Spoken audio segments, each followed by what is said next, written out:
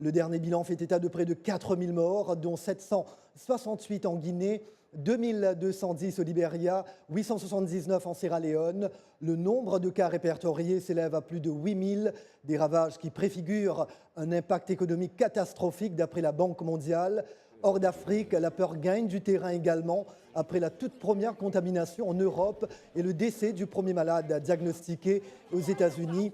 Les États-Unis qui tentent avant tout d'endiguer l'épidémie en Afrique, comme nous le relate notre correspondant à Conakry, Zakaria Kamara.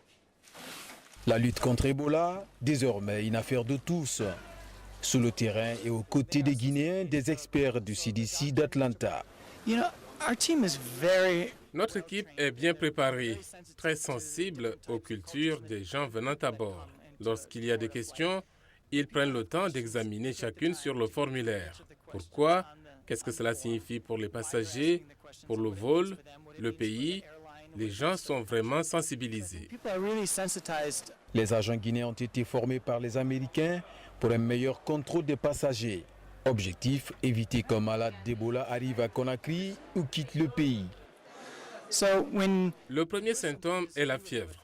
Donc, si vous contactez quelqu'un ayant la fièvre et lui posez d'autres questions, d'où vient-il, où va-t-il, qui étaient ses contacts, s'il a eu la diarrhée ou s'il a vomi, vous aurez beaucoup plus d'informations à analyser.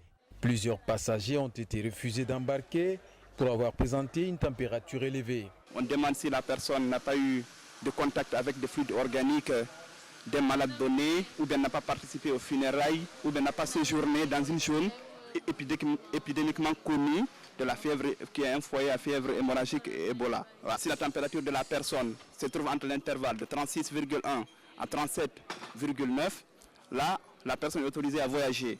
Mais au-delà, à partir de 38 ou bien 38 et voire plus, on est obligé de poursuivre les investigations, poser quelques autres questions. L'aéroport international Conakry-Bessia est doté de 2 salles d'isolement, mais jusqu'ici, aucun suspect ou malade n'y a été admis. Conakry, Zakaria Kamara, La Voix de l'Amérique.